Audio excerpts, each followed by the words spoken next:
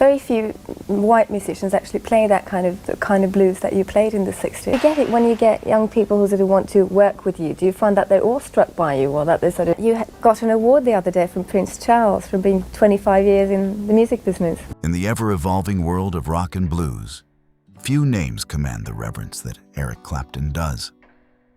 His very name became synonymous with guitar mastery during the explosive 1960s British music scene. A simple piece of graffiti, Eric Clapton is God, spray-painted onto a London railway bridge, captured more than public adoration. It was a declaration of artistic supremacy. Clapton wasn't just a guitarist, he was a phenomenon. But even gods have their inspirations. Behind Clapton's divine reputation lies a tapestry of musical influences, collaborations, and rivalries that helped sculpt his sound and spirit. From American blues pioneers to fellow virtuosos who pushed him further, Clapton's journey is one of relentless evolution rooted in deep respect for the past. Today, we dive into the powerful forces behind Clapton's legendary status. These aren't just names on a list. They are the architects of the sound that made Clapton immortal. Let's begin. I was there in the 60s, it wasn't that great. It wasn't really that great. You're telling us now? Yeah, it was okay, you know, but it wasn't that good. There was actually less happening, if you can believe that. You know, it was like the Beatles and the Stones. What else was there, you know? Until like 67, and then you had San Francisco. But you had to travel a long way to see a good rock and roll band. I was imitating, you know, to be honest with you. I was copying what I heard on record and trying to do it that way. And as time went by, when I started to meet my heroes, for instance, when I met Freddie King, when I met Muddy Waters, they didn't want to hear me play like them, right? So they wanted to hear me play like me. And that's when I realized that I had to develop some kind of personality of my own with my music. In the 1960s, London was a hotbed of rock and blues experimentation, and Eric Clapton stood at its epicenter. The now iconic graffiti declaring, "Clapton is God," didn't just reflect hype. It was the public's attempt to articulate the awe they felt watching him perform. At a time when guitar heroes were emerging left and right, Clapton seemed untouchable. His tone, phrasing, and soulful touch made audiences feel like they were witnessing something transcendent. Unlike others who relied on stage antics or showmanship, Clapton let the guitar speak for him. His fans saw him not just as a musician, but as a spiritual conduit for something greater. While he might have shrugged off the title, it was clear that he had become the embodiment of what it meant to master the electric guitar. This divine status, however, had roots planted in the sounds of others who came before and alongside him. Because there was so little of it happening, it was much more important.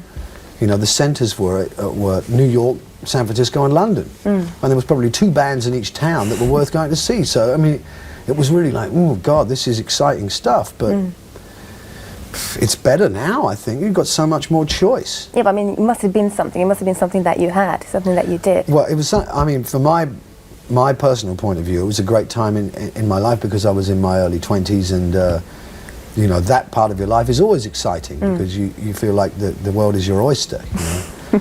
But in a realistic sense, no, it's a myth. Really? I'm sorry to tell you. Well, how do you think it would have done today if you sort of put up Cream today? Would it sort of have disappointed It wouldn't anybody? stand up. It wouldn't stand up. I mean, there's you know, at least 20 or maybe even 30 heavy metal bands that are far better than what the Cream were in their day. I mean, we had our moments, and there are, you know, some good things on record that we did, but live, a lot of it was just rough, you know. I mean, we had a good time, but today it wouldn't survive. It really wouldn't. But did you move on from them even before people did it? I mean, did you feel that the same at the time? No, I guess we thought we were the bee's knees at the time, you know. I think we were all egomaniacs. We had to be. We couldn't have made that music unless we were really very headstrong. But was it nice being in a band that close? I mean, that sort of little nucleus of It was a little claustrophobic, I think. I don't think I could experience that again, because you're living with one another. We were doing like tours that went on for 6 months, playing 7 nights a week, constantly living with one another, and I don't, you know, that's too much. There's no balance in that kind of life. You know, it's just, let's have a break, you know. Clapton's early career, especially with bands like Cream and the Yardbirds, showcased his unwavering dedication to the music itself. While many of his peers fell headfirst into the excesses of fame, drugs, egos, and self-destruction, Clapton maintained a purity in his playing. His guitar remained a lifeline, a tool not for fame, but for raw expression. Amid chaos, his solos never lost clarity. He treated the guitar almost like a sacred instrument, channeling emotions too complex for words. His technical skill was undeniable, but it was the emotional depth he conveyed through his phrasing that set him apart. While he would eventually face his own battles with addiction and personal demons. During those early formative years, Clapton's laser focus on musicianship carved a distinct space for him in the rock world. That focus would allow him to absorb and reinterpret the influences of others while never losing his own identity. And I don't think you can do that. No? No. But when you look back, if you sort of, what do you consider a high point in your career, if you sort of I think, value it for yourself? Well, the high points were, I guess John Mayall was, you know, when I was first finding my feet as a blues guitar player, and I was being inspired and encouraged by John, and being fed and nurtured. You know, he really did a great job of making me value myself and bringing me out, you know. And then again, when when we were forming and playing in the early days with Derek and the Dominoes, playing with my first American band. Yeah, that was really exciting, because these guys knew what it was all about. You know, they weren't imitators, they were real musicians from Tulsa, Oklahoma, that knew about everything that I liked, you know. So that was one of the high points. And then later in the 70s, before I got kind of overwhelmed by booze and drugs and everything, when I had the band, the same band, but, you know, doing 461 and Slow Hand and these albums. And then I guess, you know, coming to work with Phil, and then now with Greg Fillinga. Few collaborations in rock history resonate as deeply as that between Eric Clapton and Duane Allman. Clapton first heard Allman on Wilson Pickett's rendition of Hey Jude, and he was floored, not by flash, but by soul. Allman's playing bled emotion. That immediate recognition of brilliance led to one of the most iconic pairings in music, Derek and the Dominoes. Their work together on Layla and other assorted love songs produced what many consider to be Clapton's finest hour.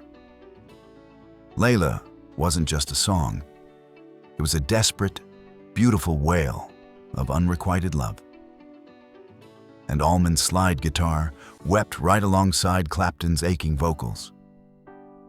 Allman brought a southern sensibility to Clapton's British blues, blending genres into something timeless.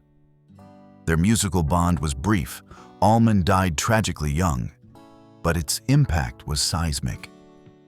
Clapton has never hidden his reverence for Allman, often describing him as one of the most moving guitarists he'd ever known. I did 3 or 4 songs, in fact, for the album, and I selected that one because I thought it was more complementary to the rest of the album. The other songs we did were more rock and roll-y and more, in fact, more pop songish, and I thought this one would be more different. You know, it would set the album off perfectly. The two of you go back a really long way. A long way, back to the early 60s, yeah. And in fact, I was with the Yardbirds when I first met George, and we were on the Beatles Christmas show. And we hit it off, and I love him very much. He's a great guy. Kind of a bit like an older brother, you know? Yeah? Yeah.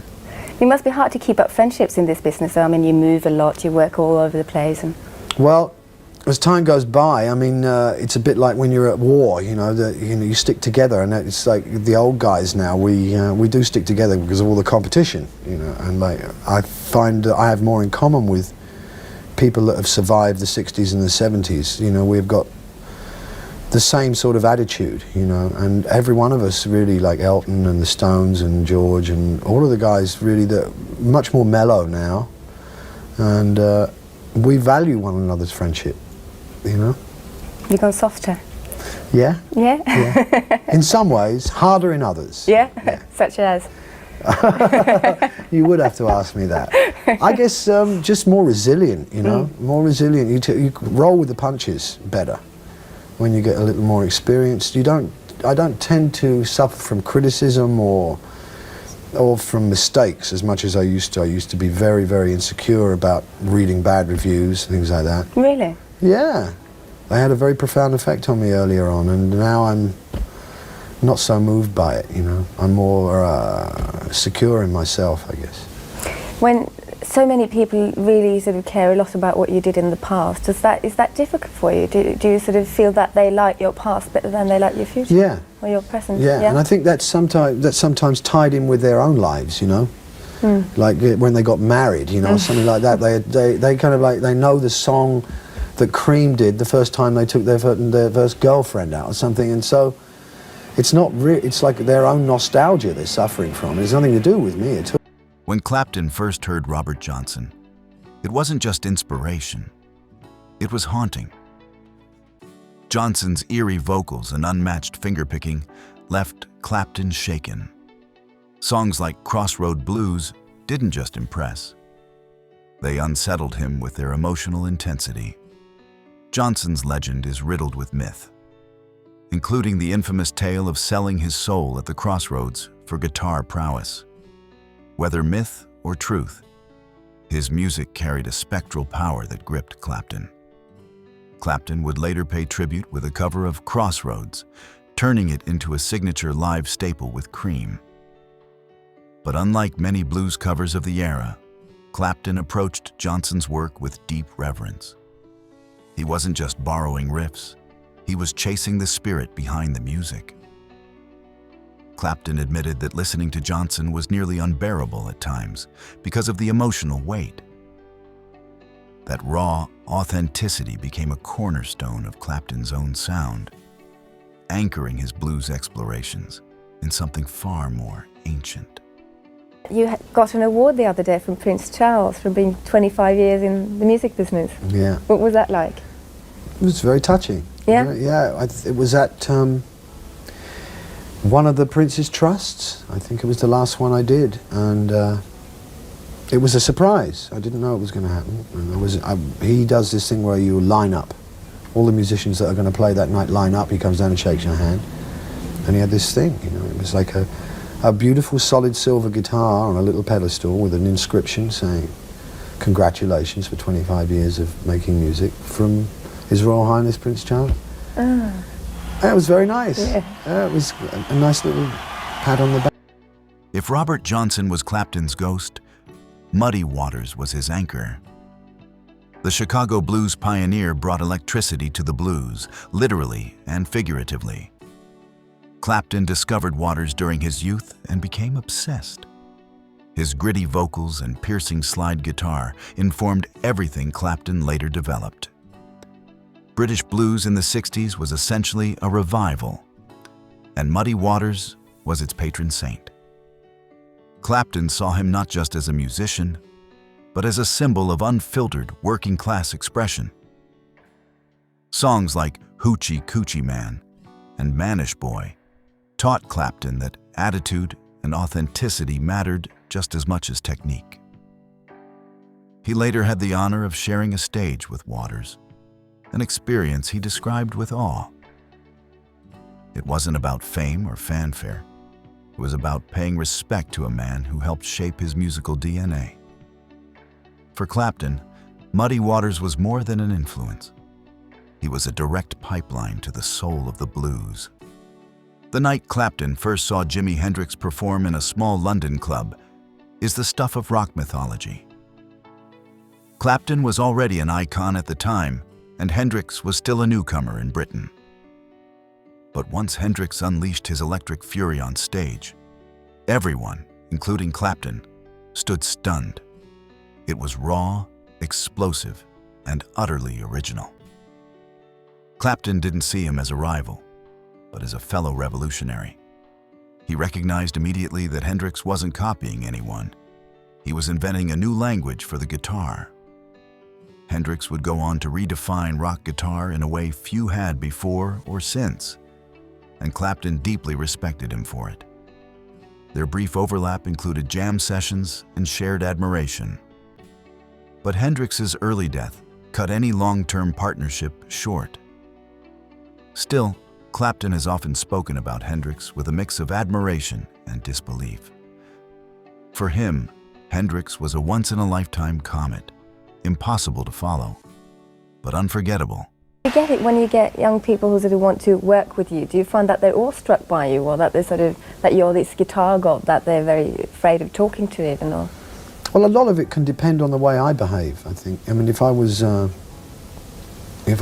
discourteous, or if I play acted being God, I mean, or whatever, you know, if I used my ego as a weapon, you could make people feel really, you know, shabby or small. But when I'm introduced, or if I meet a young musician that I know in advance thinks I'm good, you know, or I've inspired him or whatever, I try and put them at ease, and generally it works very well.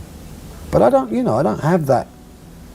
I have had in the past, but I don't have that high opinion of myself. I'm just another musician. Why is that? Because that's the way, it's the most healthy way to look at it. But it can't be easy. I mean, everybody else is sort of putting you on pedestals and admiring you. Yeah, I guess you've got to just throw that out the window, you know, and just remember who you are, that you're just a hard-working guy who has his ups and downs, you know. I'm not always playing to my best ability, you know, and I live with that. In the modern era, one name that surprisingly earned Clapton's respect is John Mayer. Known initially for pop hits and heartthrob status, Mayer wasn't taken seriously by many in the blues community until he started playing. Clapton, however, saw through the image and identified a genuine guitarist with rare depth. Their work together on Eric Clapton and Friends showcased Mayer's true ability. Clapton was reportedly shocked by Mayer's capacity to nail intricate guitar parts in just a few takes. His mix of technical proficiency and emotional subtlety impressed even the notoriously discerning Clapton. Mayer's playing reminded Clapton of what mattered most: tone, feel, and honesty. Rather than seeing Mayer as part of the pop machine, Clapton saw him as someone carrying the torch into the next generation. His endorsement of Mayer is more than a compliment. It's a passing of the flame to a musician who understands the legacy he's inheriting. Do you remember when you got your first guitar? Yeah. When was it? Well, I was about 15. Well, when I bought my first guitar, that is, my grandmother bought me a guitar when I was 13, and I couldn't, I mean, that was just pure whim. I said I wanted a guitar, and she bought me one. And I couldn't play it. I never learned how to play it, so it wasn't until when I was 15 that I bought one very cheap and learned to play. Do you remember the first feeling of it? I mean, did you sort of immediately Well, it was very with foreign. It wasn't looking, you know, it looked so easy for people like Buddy Holly and Elvis Presley, the way they held the guitar, but you actually got one. It just like, it was funny, and the strings hurt, and I had no idea. And it really was purely for love of listening to music that I started to play, just to, you know, a little bit at a time. Did you like the sound of it, your own sound? Yeah, because it's one instrument where you can hit one string with a plectrum. Just hit one string and it sounds good, or maybe hit two strings, and you start to invent it, you know, yourself, and you think you're writing and you're learning, and it is enjoyable as you're doing it. Not like I would imagine playing the violin. You know what I mean? That would sound awful when you're learning, but the guitar sounds good when you're learning. Did you ever consider another instrument? Yeah, when I was a kid I wanted to play trumpet, violin, drums, all of them. Yeah? Yeah. So how come you chose? Well, because the music that I was hearing that I really liked was being played on the guitar, you know, and I'd do Buddy Holly. I mean, I guess the only other person that I really liked was Jerry Lee Lewis, but piano was inconceivable. I mean, you can't just go out and buy a piano, whereas guitar is much more accessible. You know. Right. What do you think is the best thing about the guitar? I mean, is it the sound of it, or is it the feel of it, or is it what it can do? I think it's so adaptable. You can carry it around, you can play it in your room, you can amplify it and play it to thousands of people. You can play it with a slide, you can with a bottleneck, and you can play rhythm, you can play lead, you can use it as accompaniment, you can use it as a voice. It has so many uses. You know, I can't think of any other instrument that is that versatile. Of all the greats Clapton has admired, none have earned higher praise than Albert Lee.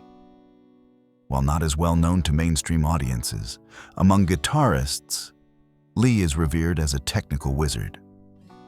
Clapton once called him the greatest guitarist in the world, a staggering endorsement coming from someone of his caliber.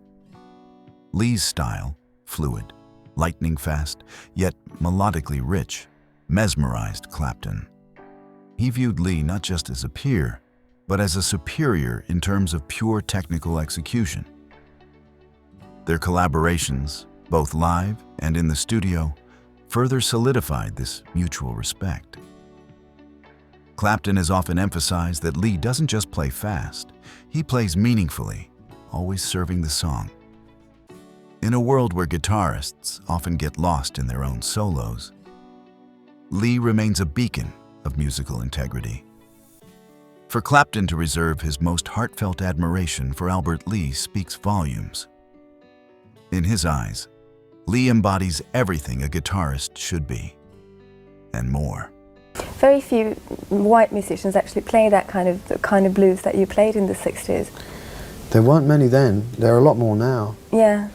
Why do you think that was? Did you feel that was it just you picking up from your idols, or was it not done? I think the problem was with most players, even today, is that we were talking about this earlier on with some other friends of mine, that they look at the people that are immediately influencing them, like the modern guitar players, and they stop there. They think that that's where it started. So people that listen to me, if they're listening to me now or they were listening to me in the 60s or 70s, they think I started it. They don't choose to go beyond what I do and find out what I was interested in. And that mystifies me, because that's what I did. I mean, I heard Buddy Holly and I heard Elvis Presley, and I wanted to know what they were listening to. I wanted to know where it came from. So it became my obsession and my kind of scholarship, in a way, like being at school, to find out where it started. And I would go back, you know, through Muddy Waters and through all the people that came from Mississippi and Chicago, and try and examine it and learn every aspect of it. And I think that's what is fascinating about guitar playing, and the blues and rhythm and blues and rock and roll. There isn't a record made that has any soul that didn't come out of the blues, you know. And even people today, like Prince and Bobby Brown, and they sing the blues. I mean, it's there. If you know a little bit about it, you can hear it. And if it doesn't, I'm not really that moved by it. What did it feel like when you met them? Was it a letdown, or was it? It was very scary, but incredibly exciting. Incredibly exciting. But did you mind playing to them always? Well, yeah, because all I could do at first was play like them. Especially like people like Freddie King. I'd copied him all my life. And here he was on stage with me, and what could I do that wasn't like him? You know, that's when it was really hard to come up with something of my own. Can you hear what kind of musicians have copied you? I mean, can you sort of see, oh, that's me, he likes me, or can you trace it? No, I can't actually, because I think I can sometimes, and I can hear, for instance, people that are copying George. For Clapton, the guitar has never been just an instrument. It's a voice for feelings too deep to speak aloud. While many artists focus on technique or stage presence, Clapton has always prioritized emotional connection. Every bend, slide, or sustain is an extension of his inner world. The blues tradition taught him that simplicity can carry immense power if it's honest. His solos often feel like conversations, sometimes pleading, sometimes shouting, but always sincere. It's this quality that draws listeners in and keeps them there. Clapton once said that the guitar allowed him to express pain he couldn't verbalize, and that vulnerability is what makes his playing timeless. Whether inspired by heartbreak, addiction, or awe for another musician, Clapton's music always circles back to one thing: emotional truth. His guitar tells stories, not just solos. And that's why people still listen. What sets Clapton apart isn't just his talent, it's his humility. He never saw himself as a solitary genius, but as part of a long, unbroken chain of guitar tradition. His public admiration for players like Hendrix, Allman, Lee, and Johnson proves that he's always been a student of the craft. This reverence grounds him. Even after achieving godlike status in the 60s, Clapton kept looking back, studying the masters, and lifting others up. His list of influences isn't just a who's who, it's a personal roadmap of his artistic journey. In a world where many artists chase relevance, Clapton has stayed relevant by staying real. His legacy isn't just in record sales or awards, it's in the respect he's given and received. The guitar world respects him not just for how he plays, but for how deeply he listens. That's what has kept the name Clapton alive in every era. Being what I am can be lonely sometimes because I feel like I'm too purist, or like I'm part of a dying tradition, you know, like a dinosaur of the blues, really. And there have been times in my past when I've thought, well, I've got to pack this in because it's lonely. You know, maybe I should become more of a rock and roll musician so I can hang out with the other guys. But when Robert came along, I thought, oh, there's someone else that likes this stuff and plays it too, so it made me feel more at home. Eric Clapton's journey from a graffiti-declared god to one of the most revered musicians of all time wasn't built on ego, but on deep respect, both for his instrument and those who mastered it before him. He's not just a legend, he's a listener, a learner, and a lifelong student of the blues. From the ghostly echoes of Robert Johnson to the southern fire of Duane Allman, from the uncontainable electricity of Hendrix to the masterclass precision of Albert Lee. Each left their mark on Clapton, and through him, on us all. His story is a reminder that greatness isn't just about what you create, but also about what you absorb, honor, and pass on. As we continue to celebrate Clapton, let's also celebrate the giants on whose shoulders he stood and the generations he continues to inspire. Because for Clapton, it's always been about the music, and the music never lies.